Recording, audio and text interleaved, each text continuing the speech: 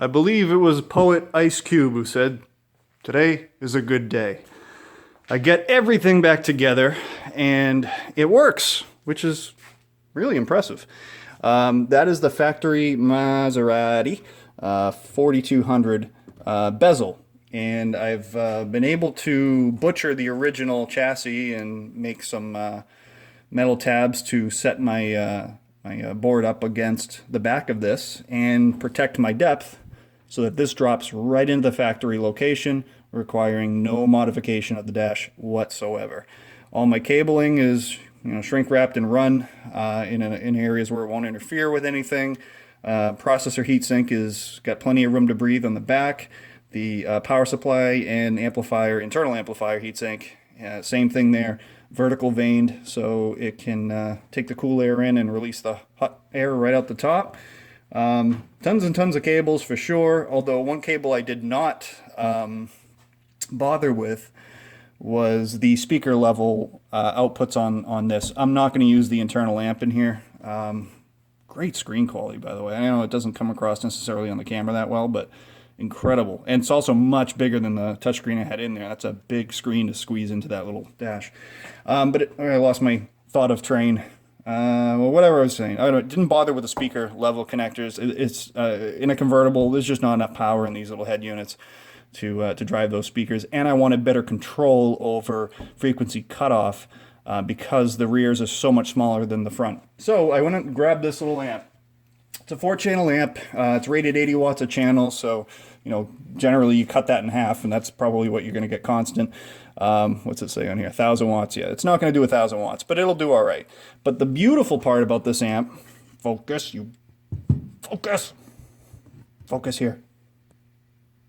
Thanks. Beautiful part about this amp is I can control the front and the rear separately. As far as low pass frequency cutoff, so I think we got a 4.5 inch in the back deck of those cars, so I'm probably going to cut that off somewhere around 150 hertz or so, maybe even a little higher than that. But my front, and I have Alpine speakers all the way around, the fronts are Alpine, not coax, component set, so those can definitely take a little bit of bass. So I'll probably drop those down to 80 hertz, but I can do that with this and really fine tune what sound and I want to send to each speaker. So most important piece of this puzzle is this is going to drop right in where the NIT unit usually sits in that center console. So I don't have to modify anything. It'll drop right in.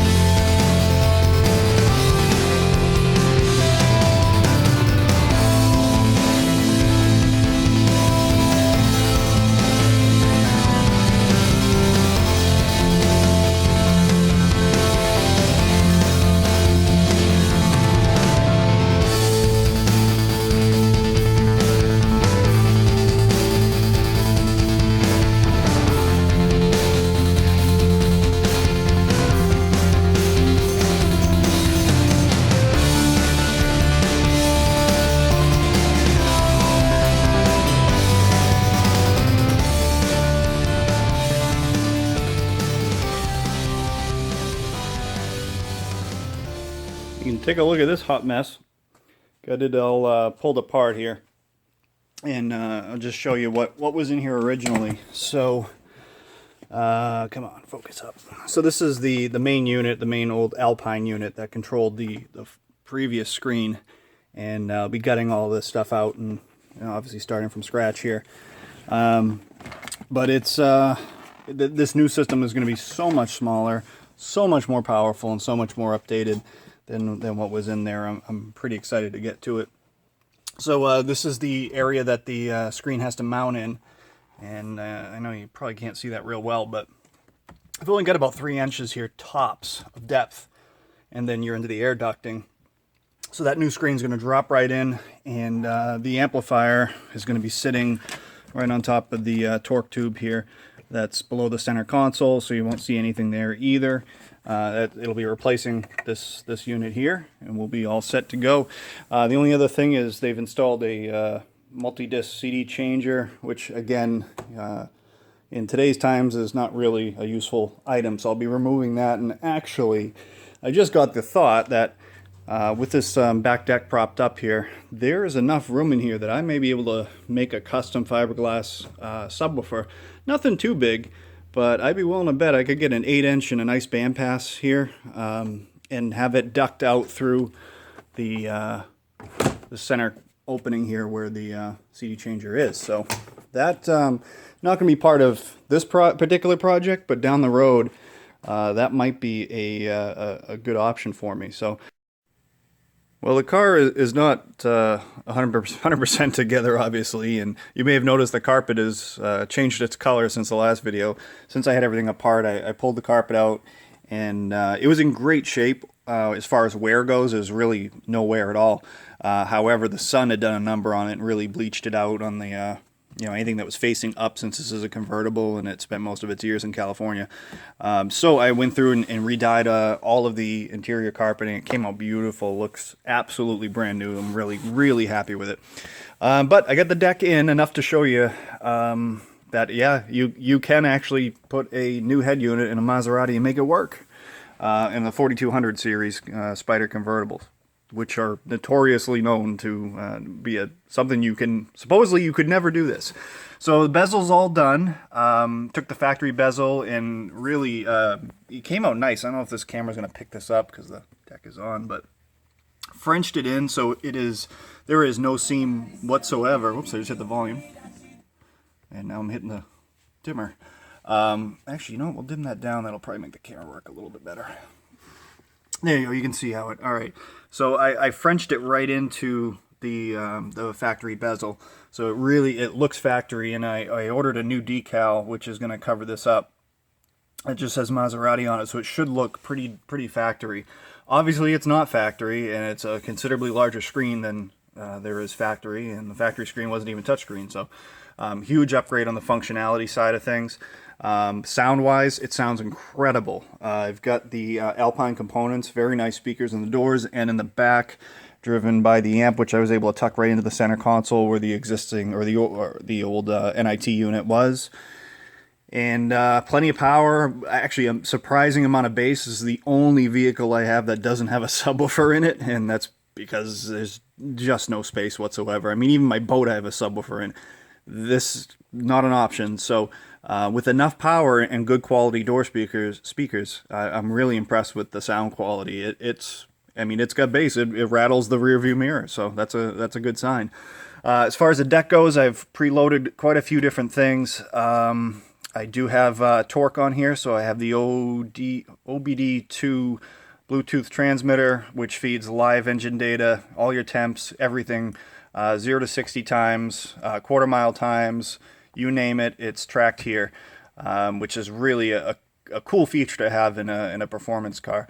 Yeah, GPS is awesome. Pandora, excellent. I mean, you get like your full desktop versions of these things, or your tablet versions, so way easier to play around with than the phone itself. It has dual Bluetooth built into it, so it not only does it sync to my OBD2 reader, while simultaneously it's synced to my phone.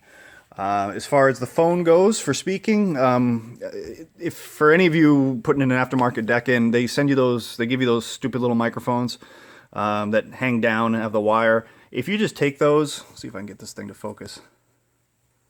Come on, you gonna focus? You're not gonna focus. Oh, not happening. If you take those microphones and you pull them apart, they're in two pieces. You've got the back piece here and the front piece, so you can stick the front piece on. This was actually, I just drilled a hole a little bit larger and glued this in place, so it really looks factory. from inside the car. And actually, I could have painted this. I chose not to, but I could have painted it to match. You really wouldn't have even seen it at all. And then the back part of it is just fitted into that hole on the other side, and it gives you like a factory-looking install without the goofy thing hanging down, the wire, and that type of thing. So that's in. That works great. I love the phone interface on this. It's very simple. Actually, I won't go into the phone. You'll see my contacts. So I'm going to skip that part. But very simple and easy to use.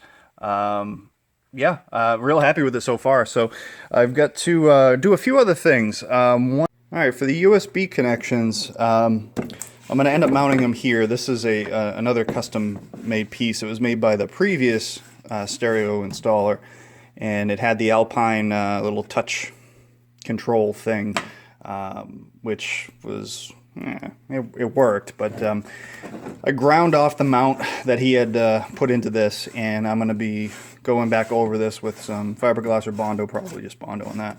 And went online to eBay, and I ordered a flush-mounted dual USB plug, which will be fitted right into this once I get it all finished up. Because these have USB plugs, they basically give you a cable with a female end on it, and just leaving that hanging out is pretty tacky. So this will give it a nice factory look once I get that mounted in there, and it's convenient. You can dock your phone, charge anything, or USB to transfer files, that type of thing. So a little bit cleaner way of doing it than just letting the cable hang out from under something. So I've got just a couple of few loose ends to tie up, but this stereo kind of represents the end of a lot of work that I've done to this car since I bought it over the summer. Everything from the engine, I mean, obviously all fluids, filters, plugs, you name it, polish the intake manifold runners, all kinds of different little things to squeeze a few extra horses out of it. To a completely redone interior. Actually color changed it. It was all blue before. You'll see I've got the new center console in place with the USBs in a nice convenient spot. Refinished everything that you see in here. Every panel, every piece of plastic has been refinished. Steering wheel, you name it. Obviously the carpets. But yeah, it's all set and working beautifully. And again, the sound, I mean, obviously demoing sound over YouTube is kind of an exercise in stupidity, but it's only as good as my microphone and your speakers, and I know my microphone's not holding up the end of the bargain real well, but give you a listen anyway.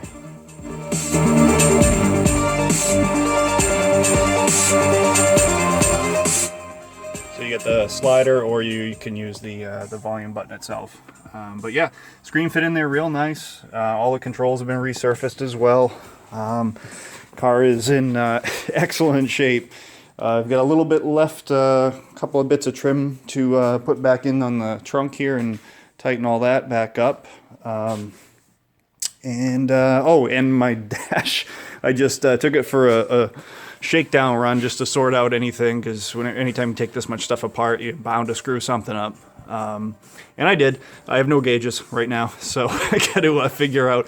I'm guessing I missed a little ground wire or something somewhere. It's just not getting ground, because I have no illumination and I have no analog instruments at all. The digital instruments, display panel still works and everything, so I'm sure it's something simple. So I got to pop the dash off. Not a big deal. It's a quick and easy fix. And I've got a speaker cover I got to put on that side. And I think it's ready to sit for the rest of the winter, and it'll be like a brand new car when I get to drive it in the spring. So I think that's it for now. If I do think of anything else I want to do to this car over the winter, I'll be sure to update you. But so far, I've had it for about 6 months, and I've had a lot of different cool cars over the years. This thing is by far the most fun I have ever had in a car. So I'm more than happy to put the time and the money and the effort into kind of making it my own here. So as always, thank you guys very much for watching. If you have any questions, I hope you enjoyed this one, but if you have any questions, don't hesitate to put them in the comment section below. And if you like this type of video or random videos, I am your guy for taking stuff apart and trial by error, as it says over there. So have a great day, everybody. Thanks.